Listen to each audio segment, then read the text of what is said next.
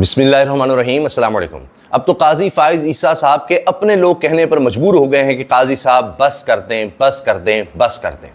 ابھی فیصلہ آیا ہے کہ اب الیکشن ٹریبیونلز میں ججز الیکشن کمیشن تعینات کرے گا۔ الیکشن کمیشن کا اختیار ہے۔ آپ نے پہلے دیکھا کہ وہ ریٹائرڈ ججز کو لگا رہا ہے، اپنی مرضی کے ججز لگا رہا ہے، جس پر الزام ہے دھاندلی کا، جس نے دھاندلی کروائی ہے۔ Election commission, chief election commissioner Sikandar Sultan Raja اپنی مرضی کے قاضی لگائیں گے۔ آپ سوچئے ذرا، ملزم ہی جس نے جرم کیا ہو وہ فیصلہ دے گا کہ میرے جرم کا فیصلہ کون کرے گا، وہ خود فیصلہ دے رہا ہوگا اور اپنے بندے لگوا دے گا کہ ہاں ان کو برات، ان کو تنخواہیں، ان کو یہ سارا کچھ ملے گا اور تمہیں پتہ ہے کہ ہم تمہیں دلوا رہے ہیں تو تم نے پھر کیا فیصلہ دینا ہے۔ دنیا میں یہ ہوتا ہی نہیں ہے اور انصاف ہو ہی نہیں سکتا جب آپ خود ملزم یا مجرم فیصلہ دے رہا ہوگا جی کہ میرا جج یہ بندہ ہوگا، میں لگاؤں گا اپنا جج، خود لگاؤں گا، تو باقی کیا ہے؟ وہ کہتے ہیں جی وکیل نہ کریں، آپ جج کر لیں۔ یہاں تو نظام ہی اور ہو گیا۔ تو جناب یہ فیصلہ محفوظ کیا گیا تھا اور ہائی کورٹ کا فیصلہ تھا کہ ہائی کورٹ کا اختیار ہے، لاہور ہائی کورٹ کا، وہ ٹریبیونلز لگائے گا۔ تو اب سپریم کورٹ سے قاضی فائز صاحب کے بینچ کی طرف سے، جس کی وہ سربراہی کر رہے تھے، فیصلہ آ گیا ہے کہ اختیار الیکشن کمیشن کا ہے۔ تو کہانی ہی ختم ہو گئی اب، اور 6 مہینے میں فیصلے کرنے ہوتے ہیں ٹریبیونلز نے کہ کہاں دھاندلی ہوئی، کیا نہیں، جو بھی کسی کی شکایت ہو۔ 6 مہینے الیکشن کو گزر گئے اور اب آ کر جناب نئے سرے سے اب یہ ٹرائبونلز اور یہ سارا کھیل ہوگا۔ لیکن کیا یہ سب اتنا آسان ہے؟ ابھی ہم نے راولپنڈی میں، اس سے پہلے لاہور میں، اس سے پہلے اسلام آباد میں دیکھا لوگ کس طرح نکل رہے ہیں۔ ابھی آگے اور 3 شہروں کی بات ہے، وہ تو اپنی جگہ ہے، عوام میں لوگوں کو بھی سمجھ آ رہی ہے۔ 317 وکلاء نے خط لکھ دیا ہے کہ جو بھی جج آئینی ترمیم کے بعد رہے گا وہ پی سی او جج ہی ہوگا، اس گند میں نہ آئے۔ یہ آمریت ہے، یہ عدلیہ کو تباہ کیا جا رہا ہے۔ اور یاد رکھا جائے گا قاضی فائز صاحب سے کس کس طرح کے کام لیے گئے۔ آپ یہ دیکھیں کہ سینئر ترین صحافی، اور یہ وہ صحافی ہیں جو قاضی فائز صاحب کے حق میں بات کیا کرتے تھے کہ ان کے ساتھ بڑا ظلم زیادتی ہو رہی ہے، ان کے خلاف ریفرنس آیا۔ حسنات ملک صاحب، مطیع اللہ جان صاحب، ثاقب بشیر صاحب، یہ کہتے ہیں قاضی فائز عیسیٰ نے بلے کا نشان چھینا، اس کے بعد ری کاؤنٹنگ میں یعنی پھر سیٹیں دی نون لیگ کو، پھر ٹریبونلز، اور آخر میں جاتے جاتے 63A والا کام بھی قاضی سے لیا جائے گا۔ حسنات ملک صاحب نے کہا 63A والا کام آپ جانتے ہیں کہ کوئی بھی شخص اٹھ کر کسی بھی پارٹی کو یا کسی کے بھی حق میں ووٹ ڈال دے، ہارس ٹریڈنگ، ضمیر بیچے، اس نے جیتا ہوا ہے ایک پارٹی کی طرف سے، وہ پارٹی کہتی ہے جی ہمارا کینڈیڈیٹ پرائم منسٹر کا یہ ہے، وہ اٹھ کے کسی اور پارٹی کو ووٹ ڈال دے، اس کا ووٹ کاؤنٹ ہو جائے گا۔ تو یہ اب 63A کی نئی تشریح اب ہوگی، اور وہ ظاہر ہے آپ کو پتہ ہی ہے کہ وہ کس طرح کا فیصلہ ہے، کیونکہ قاضی صاحب نے اب تک سارے فیصلے تحریک انصاف کے خلاف اور حکومت کے حق میں، الیکشن کمیشن کے حق میں دیے ہیں، موجودہ سسٹم کے حق میں دیے ہیں۔ یہ جو موجودہ سسٹم ہے، گندا، بدبودار، تعفن زدہ سسٹم، یہ نظام جس میں عام آدمی مر رہا ہے، اس کی سب سے بڑی گارنٹی قاضی فائز صاحب ہیں۔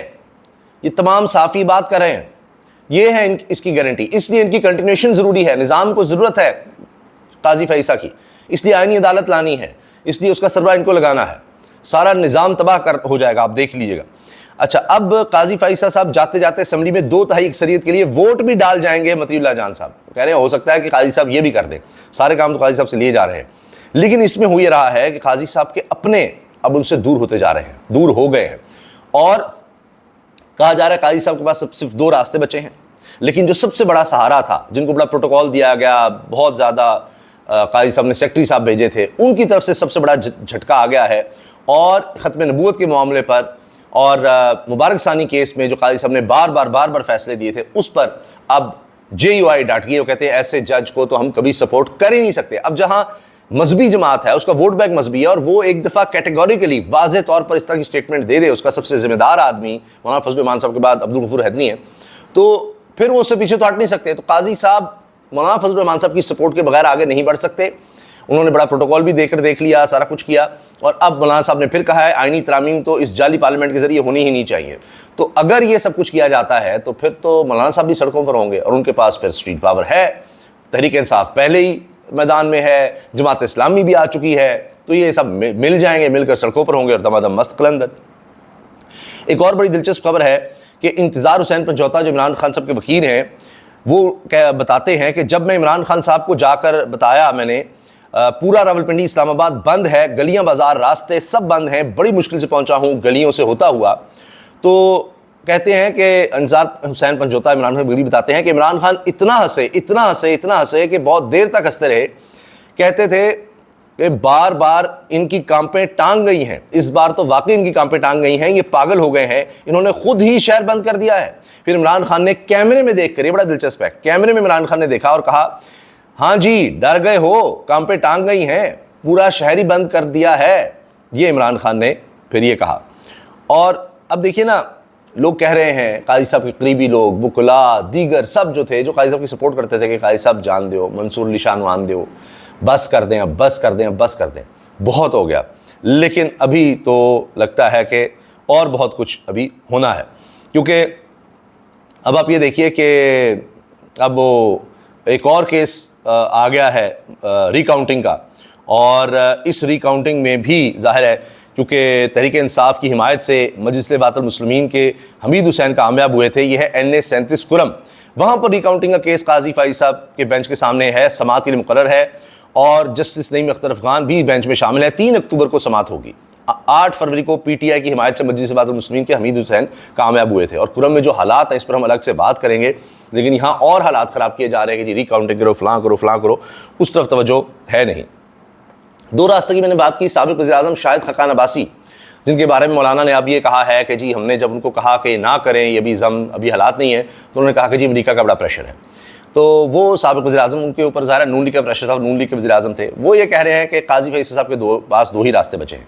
ایک یہ ہے عزت والا راستہ, اور وہ یہ کہ وہ عزت سے ریٹائر ہو جائیں. دوسرا ہے کہ وہ 3 سال 5 سال پھر یعنی ایک بے عزتی اور نوکری ایک کریں گے, نوکری, اور ظاہر ہے کہ پھر وہ عزت تو رہے گی نہیں ان کے پاس. تو یا عزت کما لیں یا عزت لٹا دیں, اور اس طرح سے کنٹینیو کر جائیں, ایک نوکری کریں پھر اگلے کچھ سال یہ حکومت کی. تو اب یہ 2 راستے ہیں.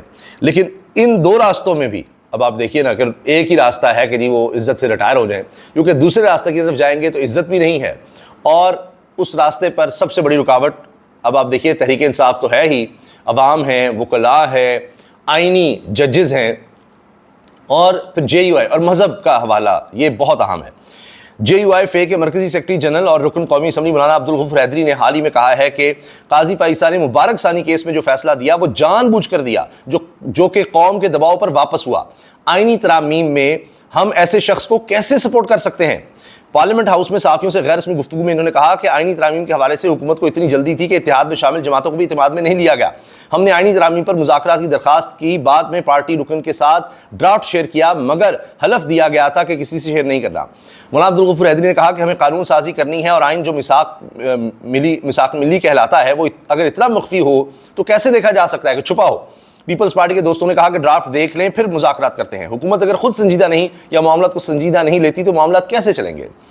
پھر جناب انہوں نے کہا کہ قائل کرنے میں مایوسی کے بعد انہوں نے وہ سلسلہ ہی روک دیا, پھر رابطہ نہیں کیا, پیپلز پارٹی کا ڈرافٹ ہمیں نہیں ملا کہ اس میں کیا بات تھی. حکومت کے ڈرافٹ سے جو ہم نے اخذ کیا اس میں انسانی حقوق کی خلاف ورزیاں تھیں. ہم سمجھ رہے تھے کہ شاید پیپلز پارٹی حکومت سے مل کر کوئی درمیانی راستہ نکالنا چاہتی ہے. آئینی عدالت کے لیے فیصلہ تب ہوگا جب ہمیں ڈرافٹ ملے گا اور ہم اس پر غور کریں گے اور رائے دیں گے.